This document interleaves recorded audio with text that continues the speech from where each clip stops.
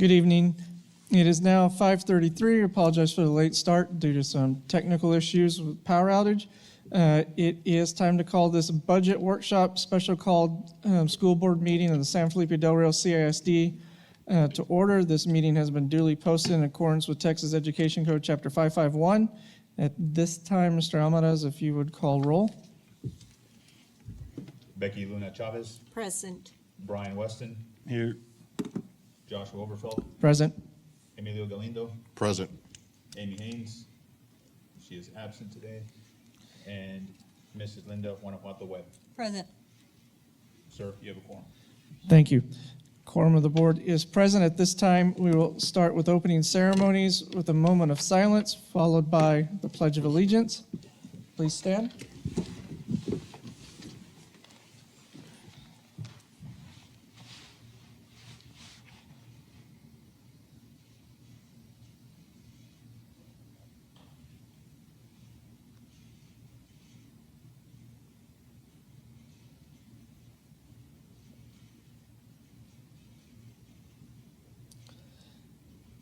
Thank you. And now the Pledge of Allegiance. I pledge allegiance to the flag of the United States of America and to the republic for which it stands, one nation, under God, indivisible, with liberty and justice for all. Thank you. We will begin our budget workshop with item 3A, health insurance. Ms. Amy Childress. Good evening, President Overfelt, Dr. Rios, and members of the board. This evening we have with us Ms. Lexi Young from our insurance consultant firm, Brown & Brown, to give us an update on our medical insurance plan renewals.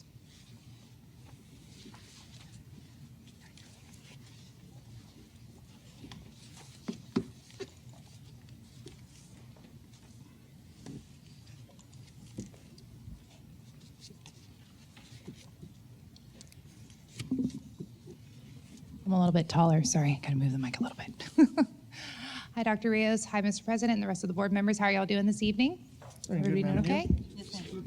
Oh, sorry. I'm gonna lean over real awkward. Sorry. So some of this information I know Miss Amy went over the last time for the last meeting.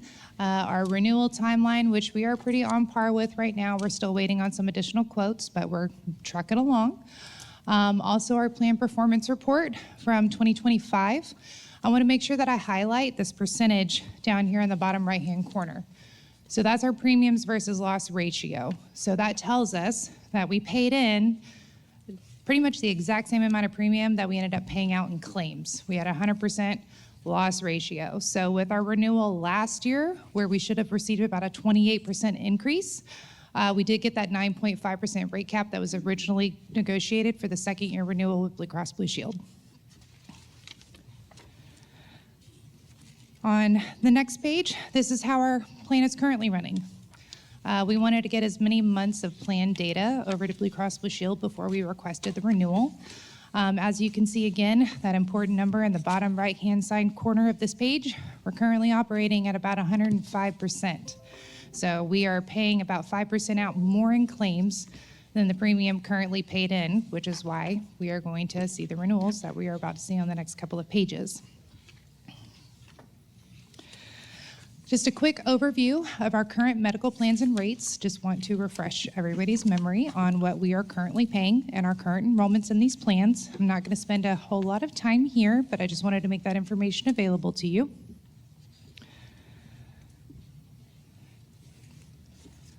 On the next page, this is our initial renewal. It was a 39% increase, which we all know is a very steep increase. And again, this is because of plan performance over the last couple of years. When we pay out essentially more in claims than what's paid in, because Blue Cross Blue Shield does have its administrative costs that it has to collect on, we happen to see these much larger increases.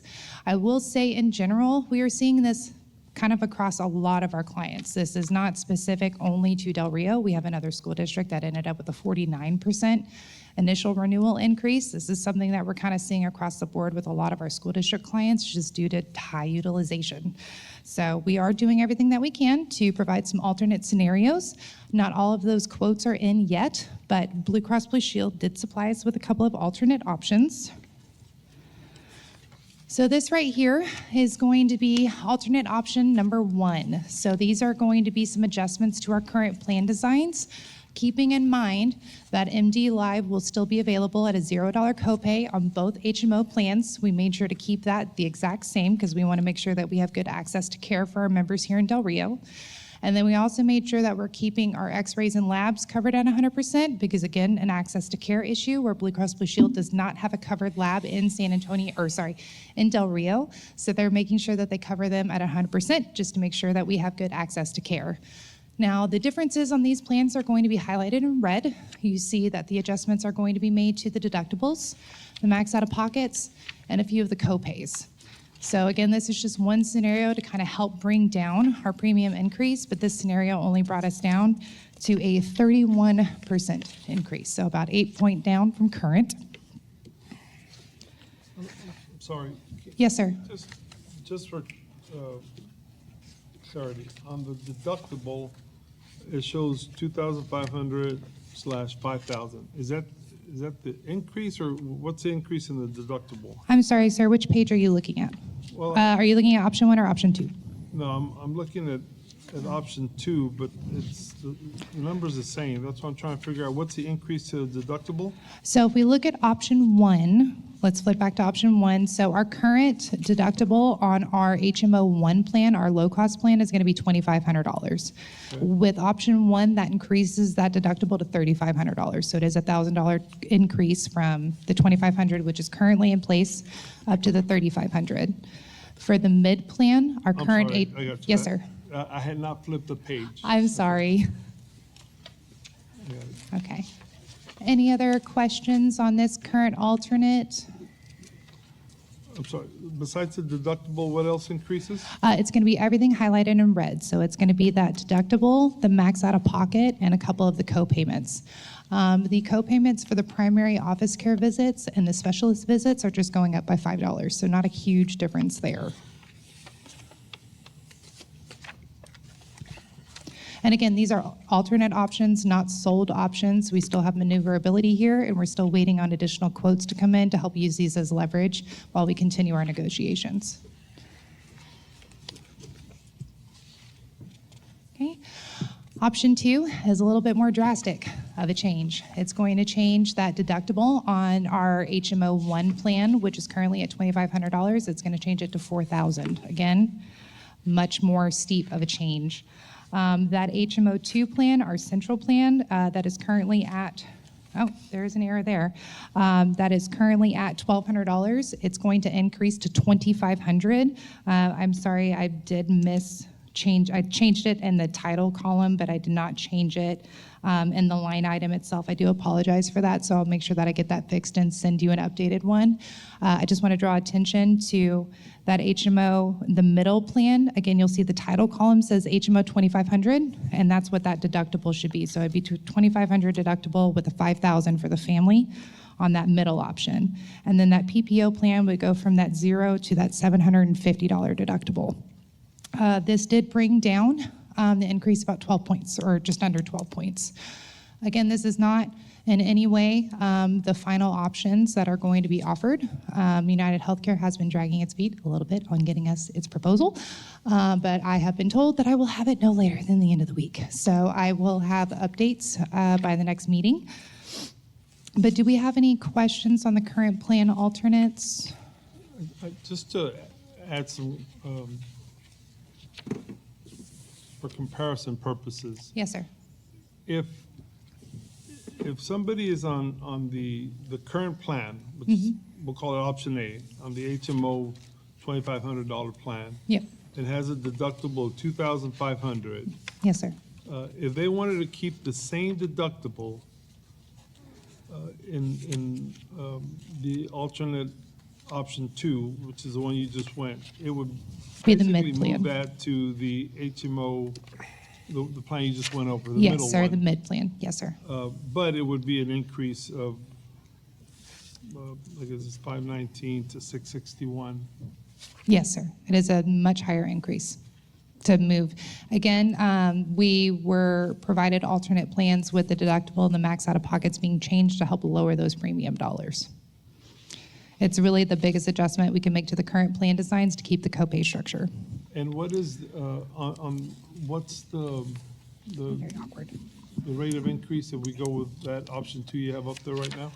It's going to be down in that bottom right-hand corner just for reference, but it's 27% increase from current on the premium with the current contribution scenario.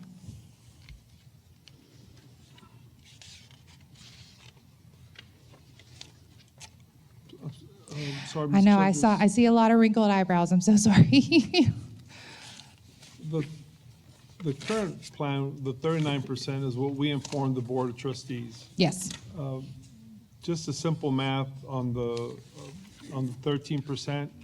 Does that bring it down by $1 million on the 12 months or, So right now, on alternate option 2, if we went with this scenario, we are looking at a $2 million increase. It's going to be that bottom line where it says employer annuitized dollar change from current. So it would be a $2 million increase from current with the 27% increase. If we were to go back to our current plan, or if we did the 39% increase, we're looking at 2.9. 800,000. yeah. Okay,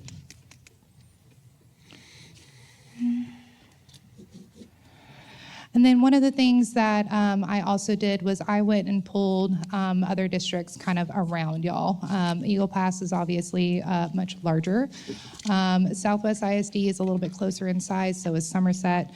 But I just wanted to kind of show y'all what the employers are contributing, what the employees are contributing, and kind of what their deductibles and max out-of-pockets are looking like, just for comparison, to just make sure our benefits are staying competitive with the market in your area. So I just wanted to kind of make y'all aware of what's going on around us. But we do have, there's fewer and fewer school districts that are not charging, unfortunately, for their employee coverage. So I just wanted to kind of show y'all a little bit of comparison of what's happening with some of the other districts around y'all. Okay. And then last but not least, I know I've already mentioned it, we are I'm still sorry, waiting. back- Yes, sir. Back to this, sorry. There's only 4 districts here that show what the rates are. Yes, sir. Are the other ones not shown because they don't have an employee contribution, or are they not shown just because it wasn't available? It's either not available or I was trying to find something closer to y'all's size. Okay. Can you explain, or not explain, but can you try to shed some light on why Eagle Pass, why does it say 0 to 142? So their employee-only monthly premium, they have multiple plan options, the same as y'all do, to where on their lowest cost option, it is at a $0 cost to the employee, and then their highest cost option is a monthly premium of that 142. I got you. But their employee-only premium on their lowest cost plan is also $992.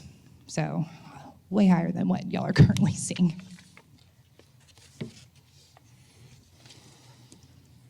And I can tell you for Eagle Pass, Southwest, and Somerset, you can verify that information online. For Uvalde, they are currently with TRS, and so their information isn't readily available. We've put in a request to see if they will share that information with us on what they are currently contributing to their employees' coverages and how much the employees are being charged, so I'm waiting to hear back on that.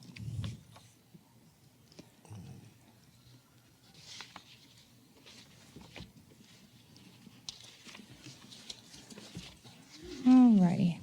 Well, last but not least, like I was saying, we do have additional quoting that we are expected to see from United Healthcare. I'm hoping to have that before the end of the week.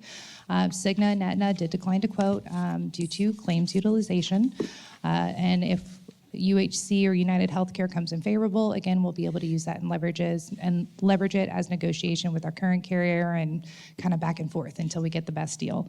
I also asked for additional alternates from Blue Cross Blue Shield to include a high deductible health plan, which is another low-cost option that we could provide to employees. The only thing is that we'll get rid of the copay structure for anybody enrolled in that plan, so they would be responsible for everything out of pocket until they've met their deductible. Just a kind of reminder on how those high deductible health plans work. So I am waiting to get a quote back on that. That may be a solution for us on some of our lower cost offerings. And then last but not least, we are waiting on quotes for minimum essential coverage. These are plans that are strictly designed for preventative and wellness use. It's not really meant for large medical scenarios, surgeries, stuff like that. It's really just to make sure you have your preventative wellness covered. It's something that can be offered next to a traditional medical plan. So if we wanted to offer a MEC plan next to an HMO plan and a PPO plan, we could do that. It's going to be a much lower cost option, but again, it's much narrower coverage. So it's just going to be that preventative and wellness benefit. It's not going to cover major surgeries, or even some certain high cost medications aren't going to be covered under that. But for a very slimmed down, affordable option, it's still something that we can look at, thanks to Dr. Rios. And we are going to hopefully have those quotes by the end of the week as well.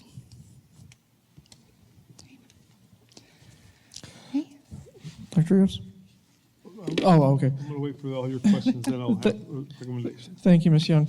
I'll start down on to my right, Ms. Webb, and then we'll work across the dais if anyone has any questions or comments. Ms. Webb?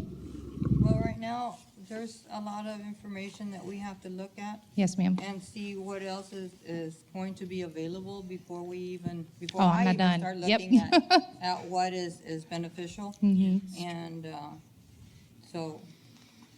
and then we just received this information as we came in Yes, ma'am. today, so it's like, it makes it a little difficult to look at all of the numbers and look at comparisons Yes, with ma'am. other areas.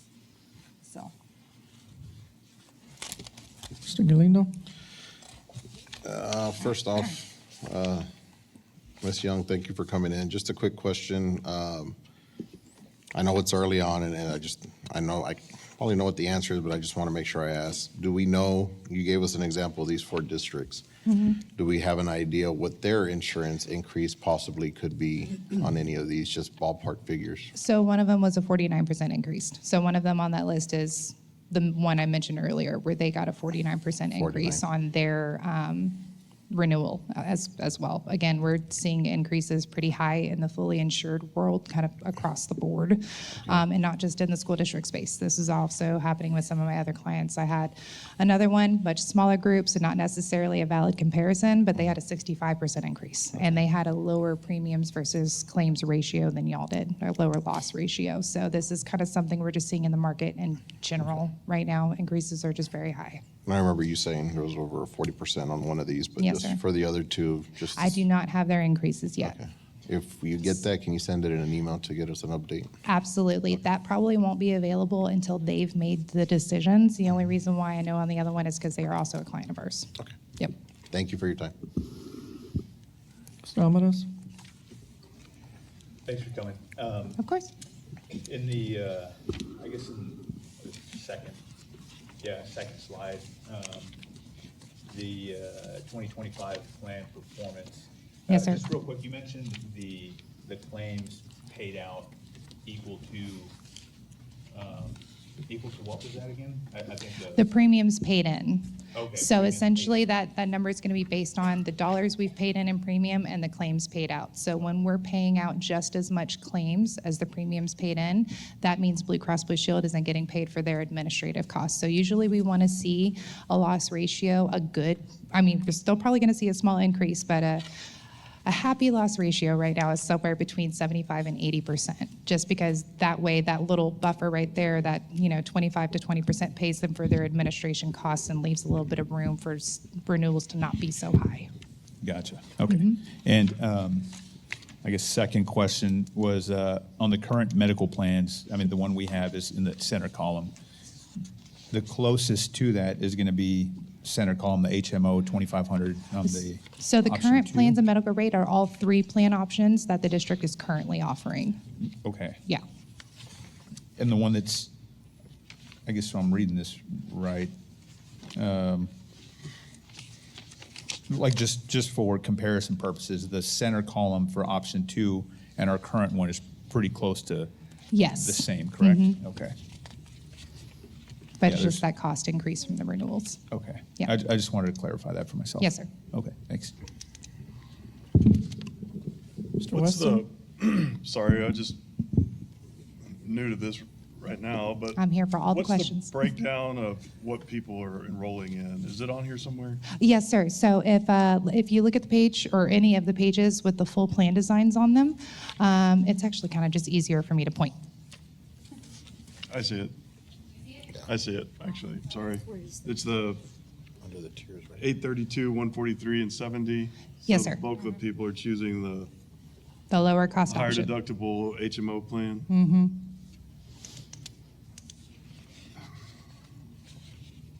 And then, I have too many questions because I don't know how it works.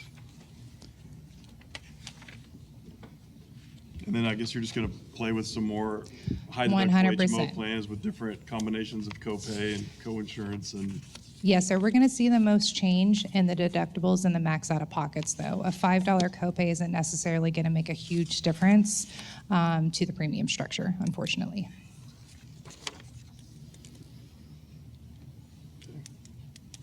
Ms. Chavez? Any questions, comments? Well, this is a lot of information know. for me to just, come up with a solution to this health plan. Oh, we're But- not even close yet. We still have more quotes Yes, coming. So this is and- just kind of a sneak peek of the work that we're doing and work that we're going to continue to Yes, do to and bring the I'd like premiums to wait down. for that, yes. Yes, ma'am. I'll be back with more. Thank you. Dr. Rios? I don't have a question for Young, but I have a comment for the board. We approve our budget, it's a June budget when we approve it.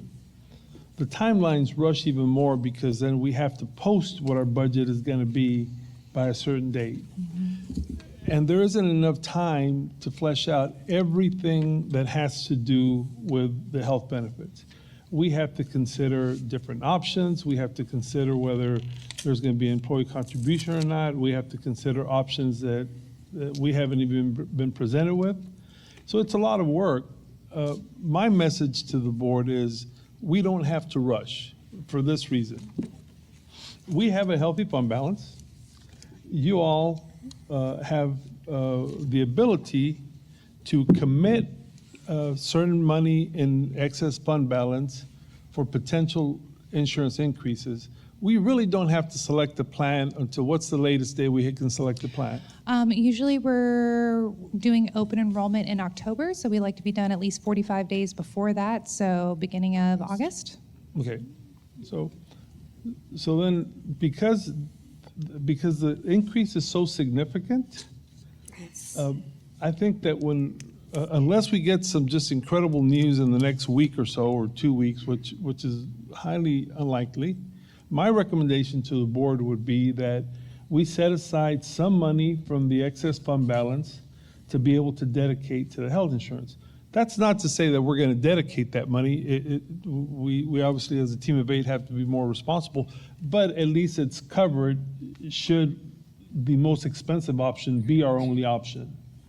And then that gives us time to study all options, maybe to do an employee survey if we needed to.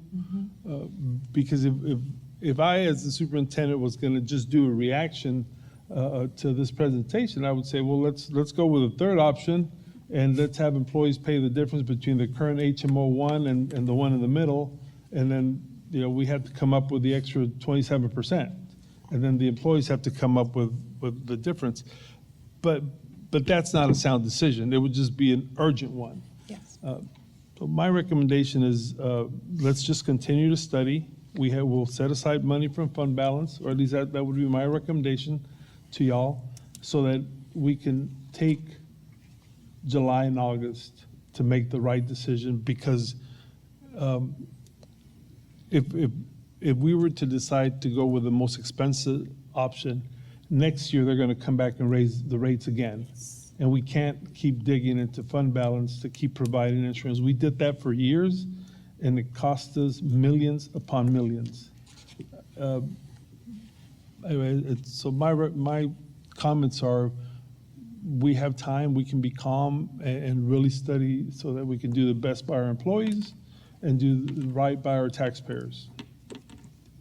And I can promise you I'll do everything that I can. You know I love this district, and I've gotten to know these people very well over the few years that I've been able to work with the district and sit with the same people over and over again in open enrollment, so I'm not done. There's going to be more quotes and more opportunities, more options to come. Ms. Young? Yes, sir. Here on the second to the last page, you mentioned that Cigna and Aetna didn't provide a bid. Correct, they just- declined to quote, Yeah, they just, flat out because of the claims experience. Also, transparently, their networks aren't as strong in this area, so really Blue Cross Blue Shield or United Healthcare is more of our better options anyways. so United Healthcare has said that they're gonna get a quote was by the end of the week, then maybe by the end of today, and now it's again by the end of this week. Trust me, I've been taking that same comment back up to the chain of command on the other side because it was supposed to already be in our hands. But is it an inability or an unwillingness to provide a quote? I think it's just a delay in their underwriting team in producing those quotes.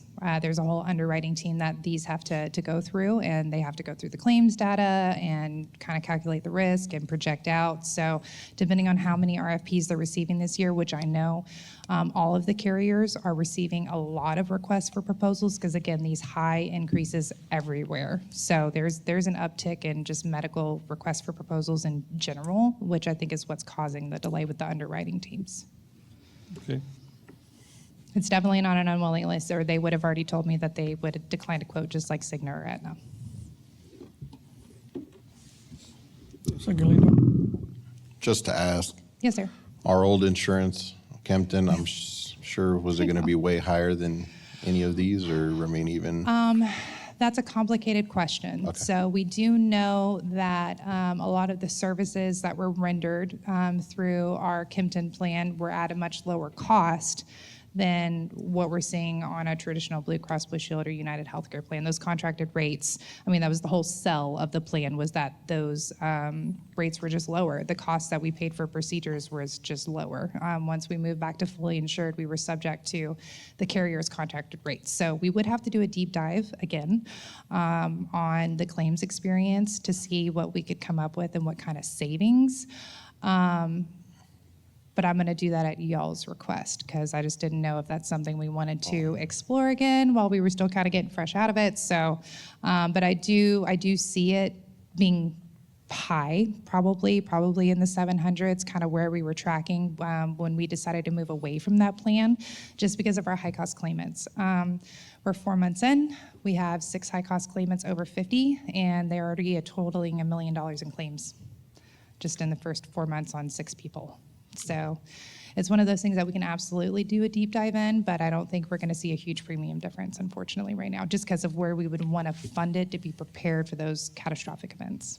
Just definitely wanted to ask, just to look at all the avenues. Yes, sir. I know we had it 2 years ago, and when we were moving from it, Yep. there was a high ratio of people, or there was a good amount of people who started to really like the plan I'd and really still get enjoy called. it. So it would be one thing just to make sure to inquire if that was a possibility. Yeah, But no, if thank you. I could bring it back, I 100% would. I think it was top quality care that we were bringing to the employees, and I wish we could bring it back. But, you know, it is going to come at a cost, and just the high cost claimants that we're seeing. And then we did have many people who, well, not many people, but we had 10 plus people that were possibly on track for transplants.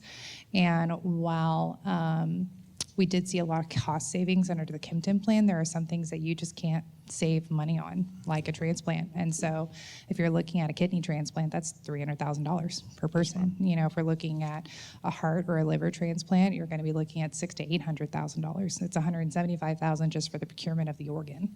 So it was a balance of everybody finally realizing how the plan works and using it a lot. So we had a lot of claims, and just the general health of the population. Thank you Yeah. for that information, ma'am. Yes, sir. Mr. Almaraz?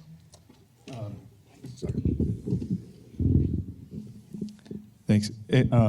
Dr. Rios, this is more for you. Obviously, with premiums going up, hopefully we get some good news. But how soon can we get a survey out to see what is important for our district employees? I mean, I don't foresee us being able to offer what we had, not us, right, but the insurance provider being able to offer what they had the last couple of years. But I'd really like to see something like that get pushed out fairly soon so we can make that decision here at the end of July or August, whenever we need to.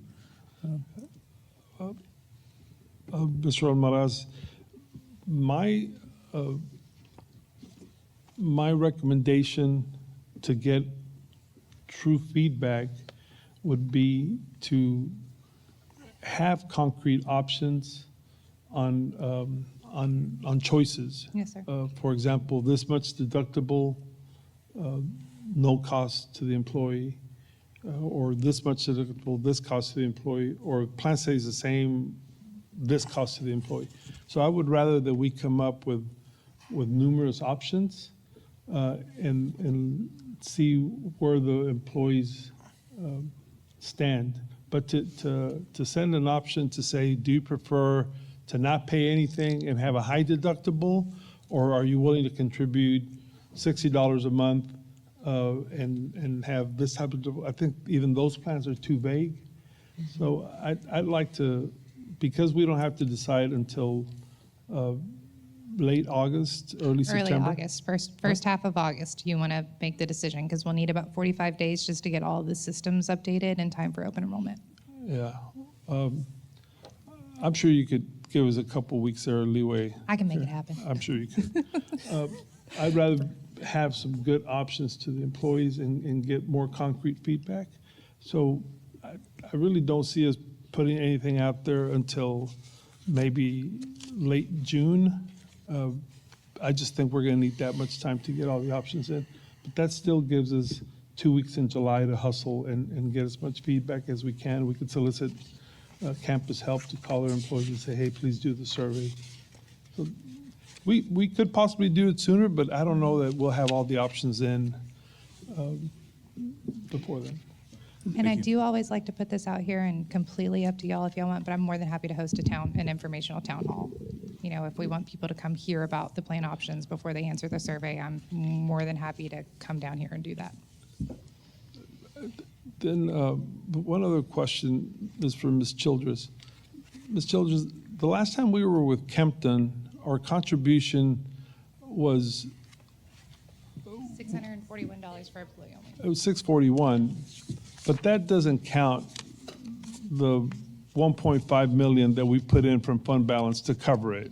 So the reality is that the cost was a lot higher, right? Yes, I think when we explored it, our cost was going to be around $1,000. Our contribution was going to go up to around $1,000 a month. Oh, yeah. Per employee. So, Per employee, yes. So it's just, even compared to what the highest market would be now, it wouldn't be anywhere near it.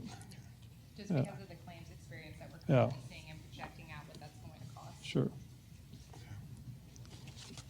Okay, we'll do something as soon as we can. Okay.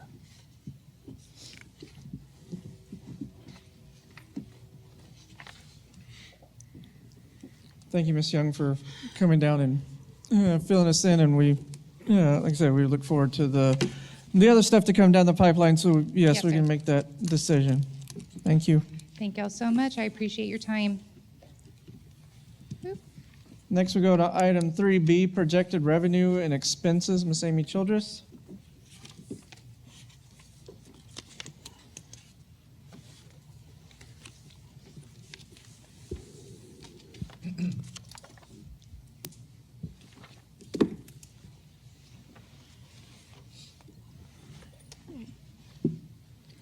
Good evening once again, President Overfelt, Dr. Rios, and members of the board.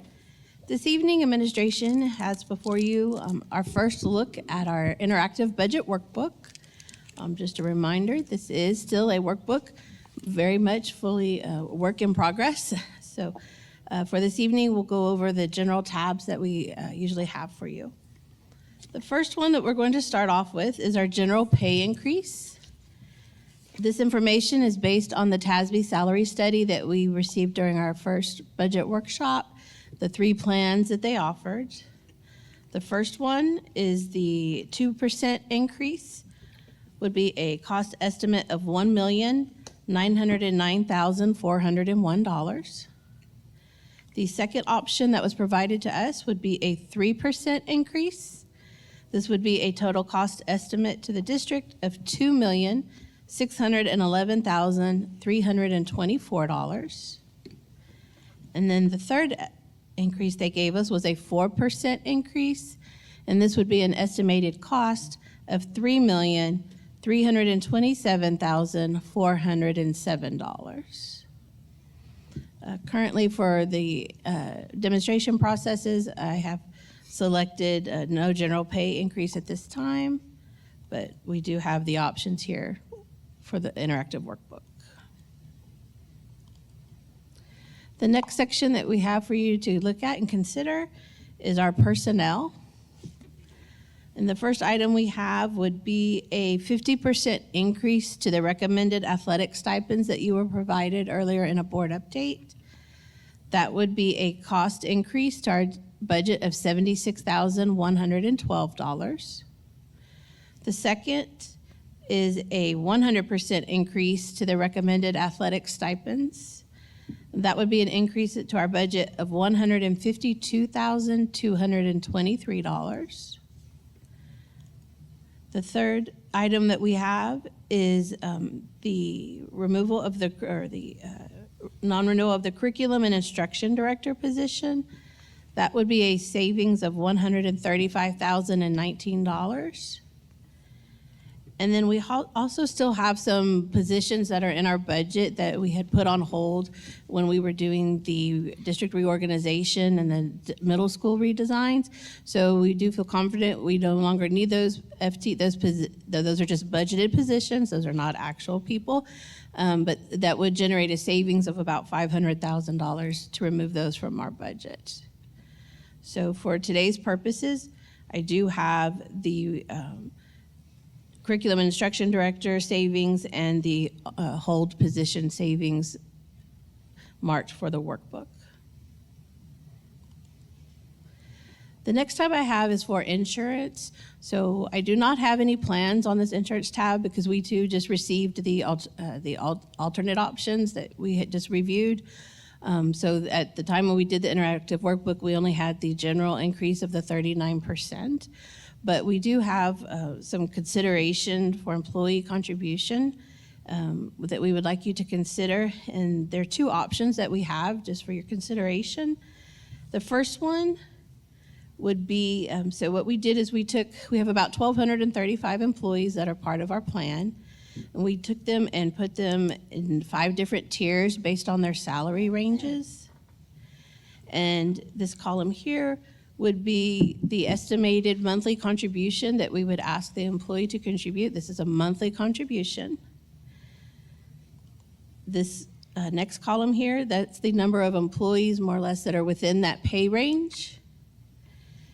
And in column H here, this would be the amount, total contribution for the 6 months, because our new rates do not start until January.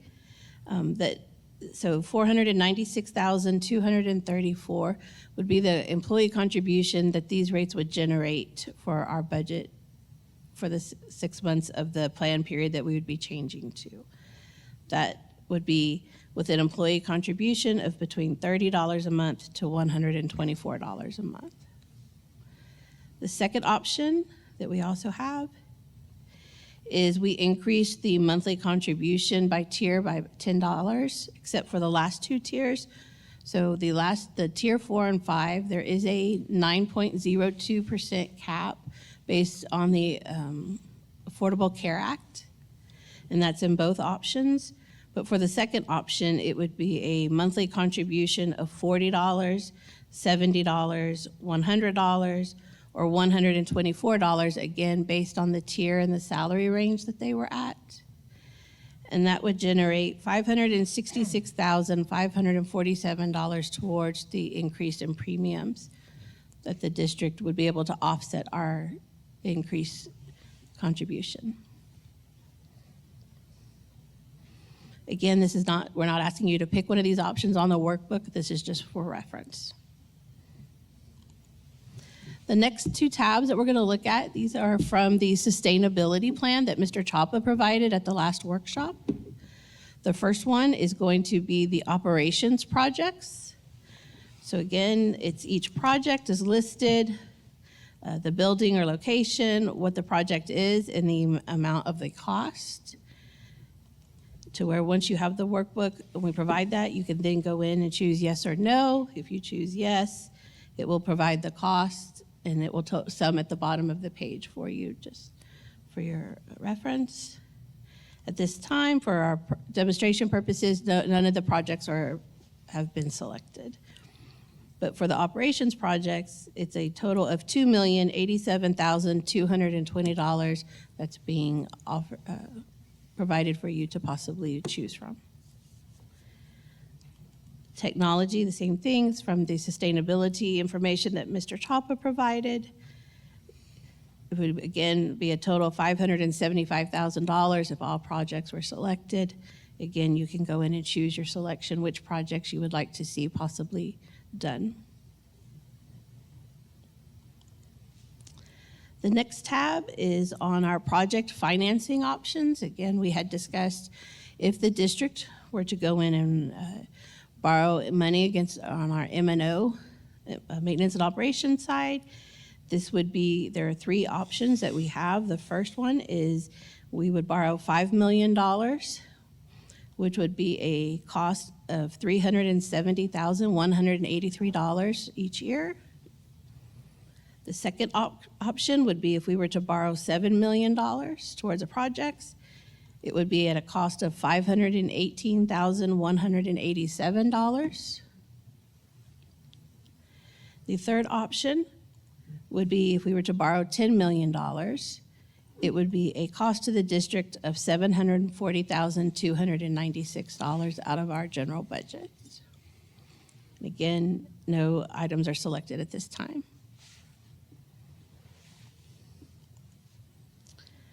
So this last tab is our projected revenues and expenditures based on the information that we have.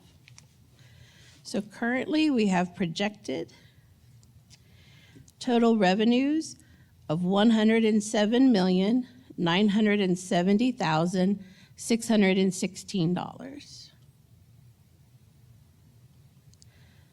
On our expenses, so again, for general pay increase, nothing is selected at this time.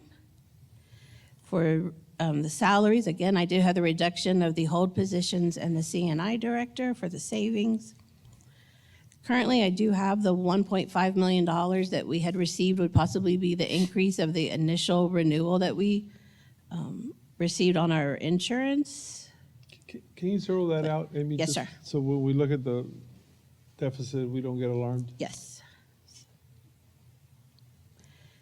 Then the next items, so these are the budget workbooks that we have received from each of the campuses, the departments, operations, state programs, student programs, our maintenance, and our maintenance tax note.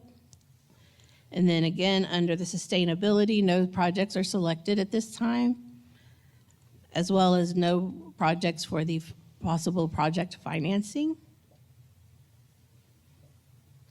So that brings us to a total proposed expenses of $108,076,179, which currently puts us at a deficit of a little over $105,000.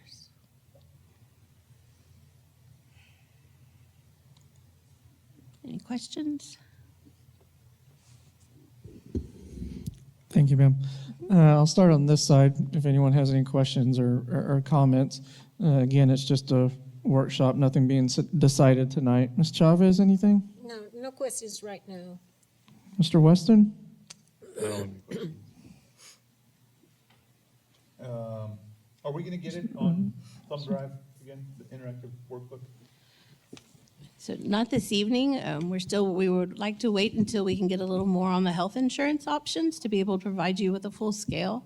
So we would like to possibly either see if you would like to have another, so our next scheduled budget workshop is for the 8th of June, but that is actually when we would be needing to put together the actual proposed budget that we're going to publish. So we would like to know if, possibly if you would either like to have another budget workshop next week, or if you would like, once we get our remaining, hopefully renewals from insurance, if you would like to meet one-on-one with myself or Mr. Sanchez or Dr. Rios to discuss and go over the workbook individually. Thank you. Mr. Galindo? No questions, sir. Ms. Webb? I just had the same question that was already mentioned, when were we gonna get a drive or the workbook? And whatever is decided, if we have another meeting, or if you wanna schedule something individual with each one of us once we have the rest of the insurance, because that's definitely a big part of it. So, to me, it doesn't make any difference, whichever is best for you and Dr. Rios and the rest of the board. Yes, ma'am. Dr. Rios? Ms. Childers, when we finished our meeting this afternoon, Mo Casey had not verified our projected income. Have they done that yet? As of the 5 minutes before I walked in, no, I have not received an email from them. Okay. So Mo Casey still has to verify our projected income. Amy's usually close to the right projection, but still it could save us a little bit of money, or it could create a bigger deficit than that. We also still have to comb through a lot of our workbooks just to make sure that we're projecting the right amount of personnel. She already did some today and brought us more within a balanced budget. But we still have to look at everything and look at opportunities to reduce some expenses. Unfortunately, we can't generate more income, but we can reduce expenses.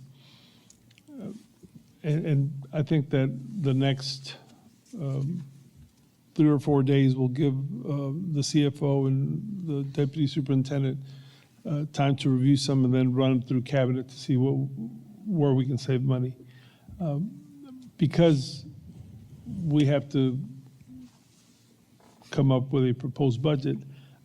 Again, I don't think the insurance should play into this. I think that my recommendation will probably be that we just set aside fund balance to meet increased costs should we do that, so that then we can just focus on what else we can cut and what kind of raise, if any, needs to be offered.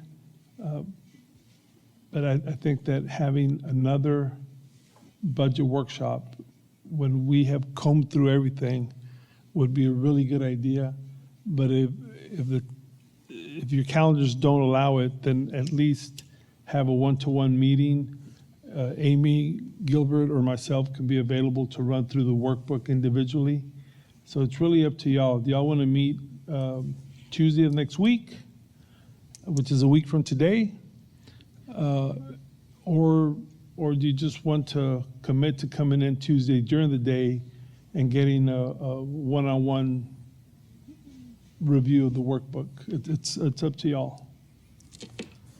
I'll answer that, and then I'll let everyone else. I'm fine with a meeting because I'd rather it all be out in the open as to what's being discussed. So that's just me. I can do the second. Ms. Webb? The second is fine.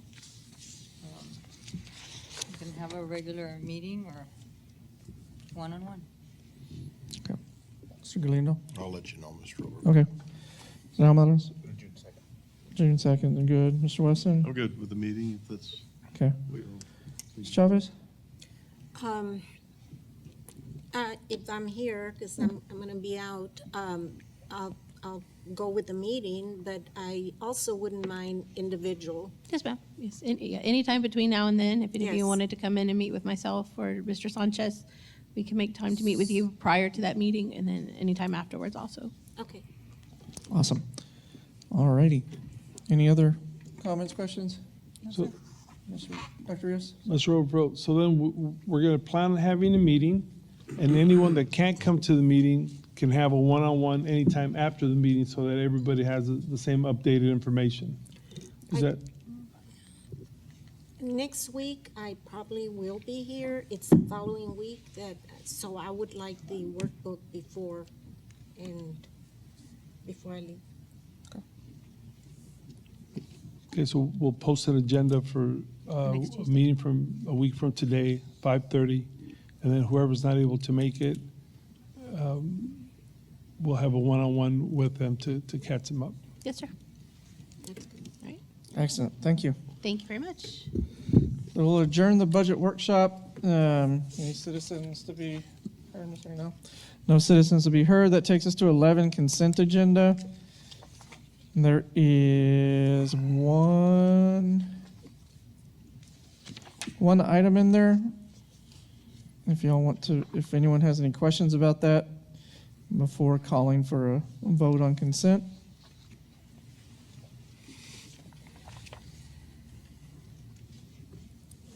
Is this for F? Are you talking? Yes, about ma'am. F?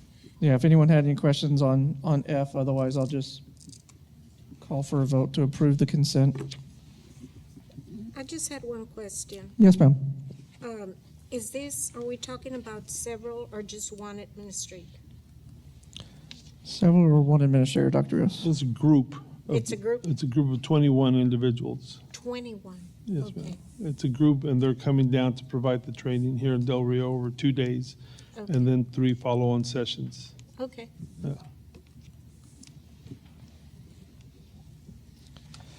Is there a motion to approve the consent agenda? Mr. Almaraz, seconded by Mr. Weston. Any other discussion? All in favor? Unanimous, thank you. Takes us to 16, Human Resources. A, consideration to improve the conversion of an excess FTE or full-time employment or employee to Chief Special Programs Officer. Ms. Amy Childress? Good evening once again, President Overfelt, Dr. Rios, members of the board. Administration is requesting the approval of a conversion of an excess budgeted FTE to our Chief Special Programs position.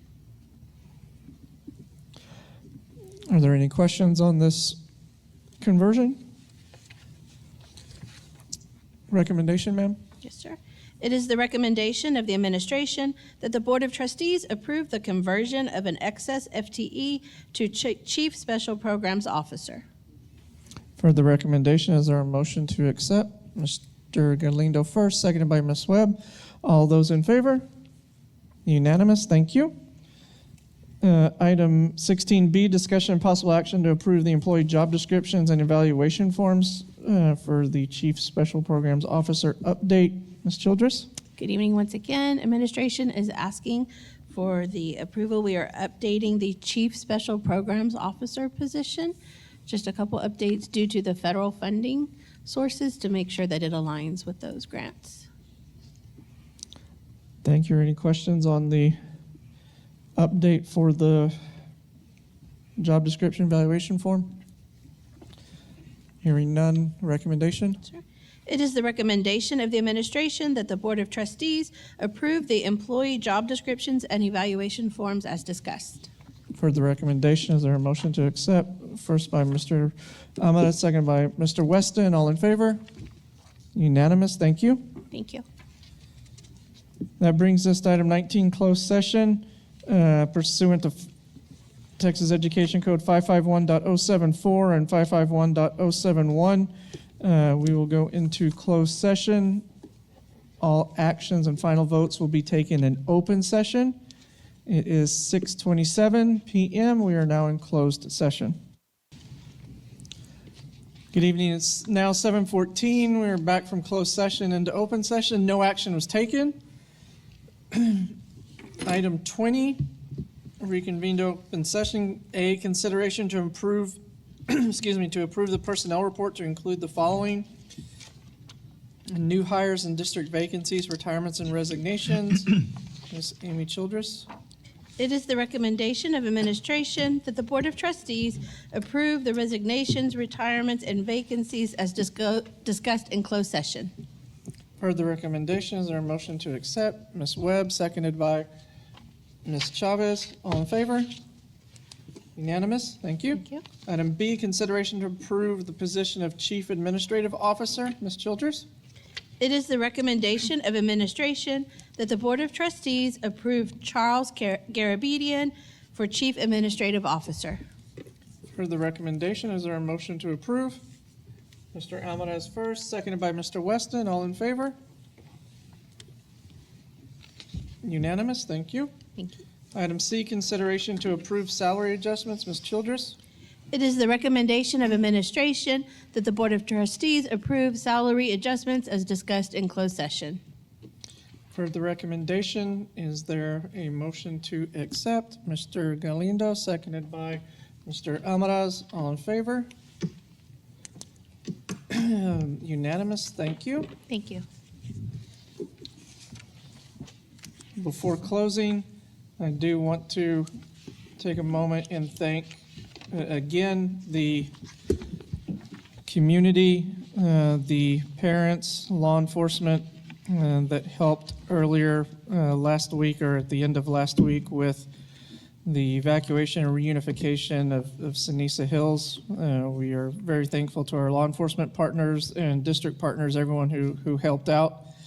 It was good to see everyone working together. So I did want to publicly acknowledge that. I know we did a press release, but I wanted to say that as well.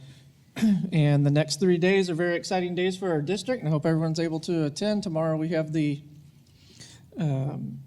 scholarship and award ceremony. We'll find out who our top 20 and top 8 are. Thursday, the banquet for those honor graduates, and Friday night for graduation at Walter Liverman Stadium. So we will see y'all Friday night at graduation. Definitely. Is there a motion to adjourn? Mr. Galindo, second by Mr. Alvarez. All in favor? We are adjourned, 7:16 p.m. Thank you.